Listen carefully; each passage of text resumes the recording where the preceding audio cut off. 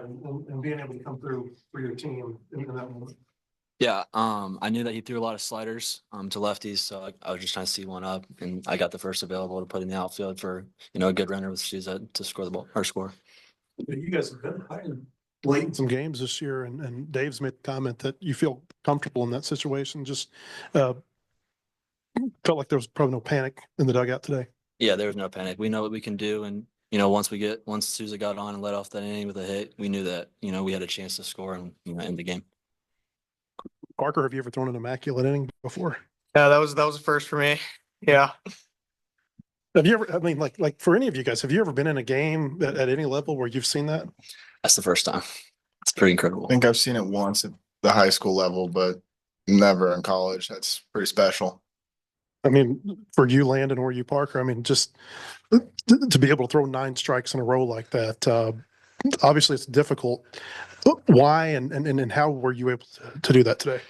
Yeah, I don't know. I just had a good feel out there. Was feeling pretty good, obviously. Had good command of everything that I was throwing. I don't think I threw a fastball even that inning. So really just having good command, trust my stuff. Just trying to do what I do. I like to think that I'm a pretty good strike thrower, so just kind of trying to command the zone. Yeah, I mean, kind of same thing. Throwing 9 strikes in a row is hard even without a hitter in there. So it's extremely impressive when there's a Division I hitter and he was going left on right that whole inning. So that was really impressive, really fun to watch.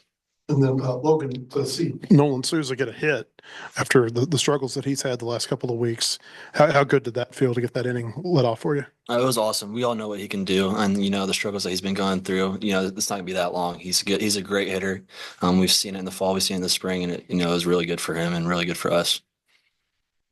At what point, Parker, in that inning, do you realize you could have is it at the second strikeout when there's 2 strikes on the third guy? Like when is it like, oh, I might have something special here? Yeah, I would like to say in the middle, probably of that third guy. I was like, man, I don't think I've thrown a ball yet, and just kind of trying to shove that to the side and just get back to what you're doing. Just kind of make pitches. Landon, Charlotte had a lot of success early the past 2 days against Gabe, and oh my gosh, who's the second pitcher that you guys have? Exactly. Pretty big name, yeah. Did that change anything in your approach early on and based off what you saw the previous 2 days?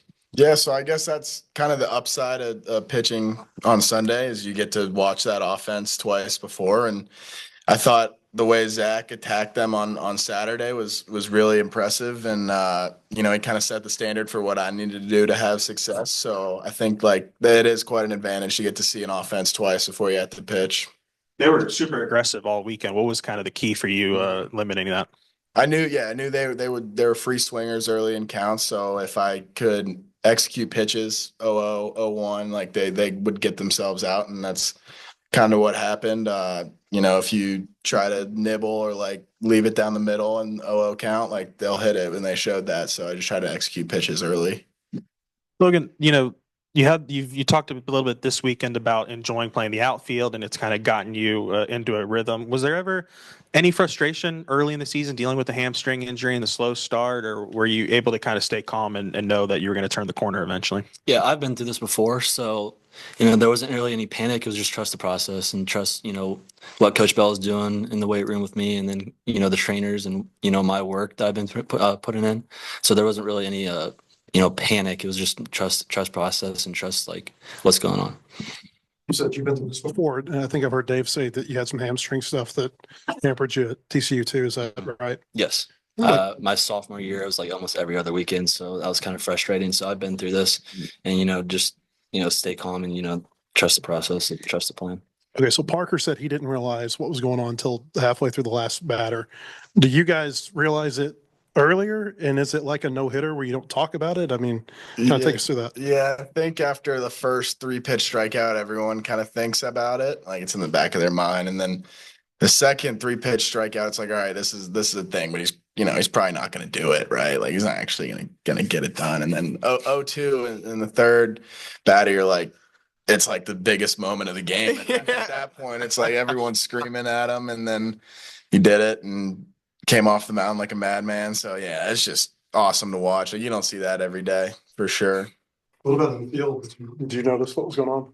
Honestly, I didn't know until I got in the dugout. It's like Parker's going crazy. Yeah, then I saw him go crazy. I was like, "What happened?" Like, I know he just struck him out, but what happened? And like, he just threw an immaculate inning. I was like, "Oh my god, no way!"